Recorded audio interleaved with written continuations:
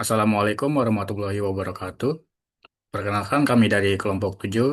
Di sini kami akan membahas materi yang bertemakan Islam dan tantangan modernisasi. Sebelumnya, izinkan kami memperkenalkan diri terlebih dahulu dengan saya sendiri Hanif Farizal dengan NIM 17220945. Saya Ika Rinaldi dengan NIM 17220445. Saya Muhammad Alvin Tribuana dengan NIM 17221172. Saya Alif Rizky Renekala dengan NIM 17220499. Ini ada makna modernisasi yang akan dibacakan oleh Alif.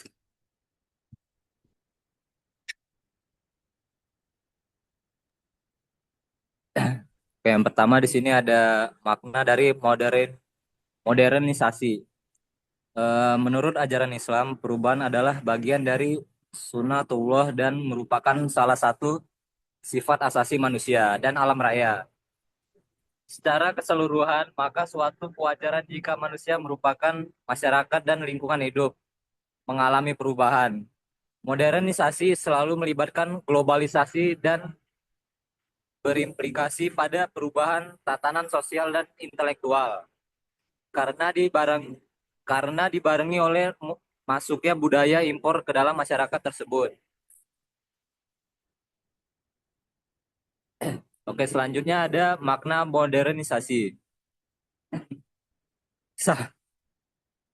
Selanjutnya ada tantangan modernisasi. Saat ini kita semua hidup pada era modernisasi.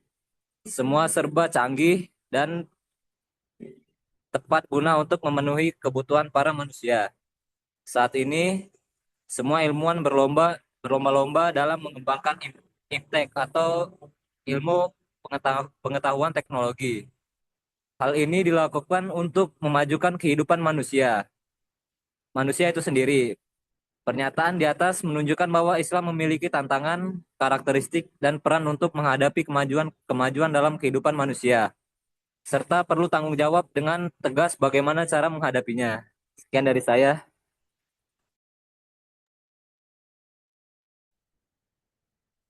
Oke, yang selanjutnya ada sikap Muslim terhadap modernisasi. Clifford Geertz menyatakan bahwa dalam menghadapi dunia modern, sikap orang bisa bermacam-macam. Ada yang kehilangan sensibilitas mereka, ada yang menyatu ke dalam ideologi penjajah atau sekadar mengadopsi kreasi impor. Ada yang mengambil jarak dengan penuh waspada atau menjadikan beberapa tradisi bentuk yang lebih efektif. Ada yang membagi dirinya menjadi dua dunia. Yang pertama ada hidup secara spiritual sesuai dengan keyakinan lama, dan yang kedua hidup secara fisik sesuai dengan kekinian. Ada pula yang mencoba mengekspresikan keberagaman mereka dalam aktivitas-aktivitas sekuler. Selanjutnya ada Islam dan ilmu pengetahuan atau IPTEK. Dalam pandangan Islam, iptek bersifat netral, yaitu iptek bisa memberikan dampak positif dan negatif. Sehingga Islam memandang iptek berdasarkan niat, motivasi, tujuan, dan dampak penggunaannya. Oleh karena itu, ilmu dan juga iman adalah suatu hal yang tidak bisa dapat dipisahkan. Karena dengan ilmu dan iman yang baik, maka ilmu tersebut dapat dipastikan akan memberikan manfaat dan dampak positif bagi seluruh umat manusia. Selanjutnya ada pandangan Islam tentang ekonomi dan politik. Sebagaimana telah disebutkan bahwa politik ekonomi Islam adalah pengaturan kebijakan atau strategi ekonomi berdasarkan hukum Islam atau syariah yang digunakan untuk memecahkan mekanisme pengaturan urusan manusia. Adapun politik ekonomi Islam menurut An-Nabhani adalah jaminan tercapainya pemenuhan semua kebutuhan primer atau basic needs tiap orang dengan pemahaman secara menyeluruh. Sekian dari saya.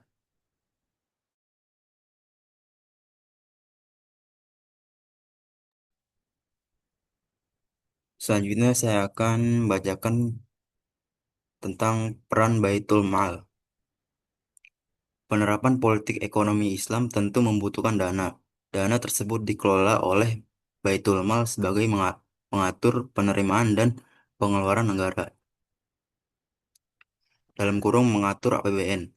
sebagai lembaga negara yang mandiri, terpisah dari lembaga negara lainnya, dan langsung berada di bawah khalifah. Baitul Mal dipimpin oleh seorang wali al-Kharaj yang menjadi pelaksana harian Baitul Mal. Ia membawahi divisi penerimaan, divisi pengeluaran, dan wali Baitul Mal wilayah yang berkedudukan di wilayah atau provinsi. Selanjutnya, Islam dan sosial budaya. Islam juga tak hanya datang untuk memfiltrasi budaya yang berkembang di masyarakat tertentu, namun ia juga memiliki peran yang sangat urgent dalam menfiltrasi masuknya budaya bangsa lain ke dalam masyarakat Islami. Interaksi interaksi Islam dan budaya. Sebagai penutup, kita dapat menyimpulkan bahwa interaksi Islam dan budaya adalah proses dinamis. Islam bukan musuh budaya, tapi Islam menjadi filter yang menyaring mana budaya yang bisa diterima dan mana yang harus ditinggalkan.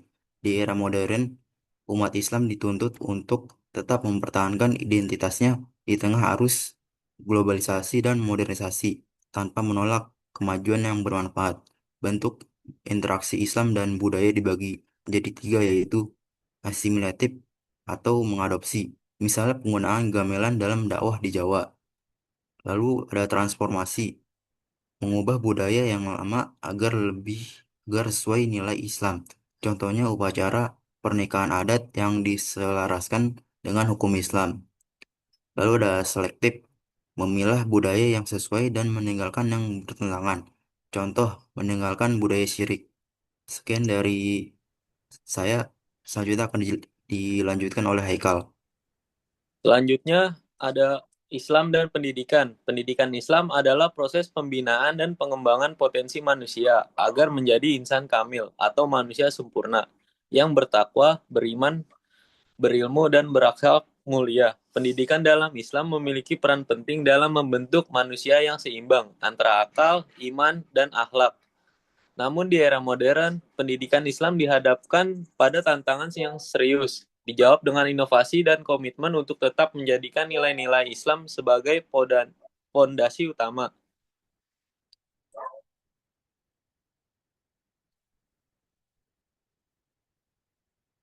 Selanjutnya, tujuan pendidikan Islam. Tujuan utama pendidikan Islam adalah membentuk manusia seutuhnya berdasarkan nilai-nilai Islam, baik secara rohani maupun jasmani, agar menjadi hamba Allah yang taat dan khalifah di muka bumi. Di era modern, pendidikan Islam menghadapi berbagai tantangan yang perlu diatasi. Berikut beberapa tantangan utamanya. Yang pertama, pengaruh budaya global dan media sosial. Generasi muda lebih mudah terpengaruh oleh budaya luar yang tidak sesuai dengan nilai-nilai Islam. Yang kedua, ketimpangan antara ilmu agama dan ilmu umum. Masih banyak lembaga yang belum mampu mengintegrasikan ilmu agama dan sains secara harmonis. Yang ketiga, kurangnya SDM pendidik yang profesional dan berakhlak.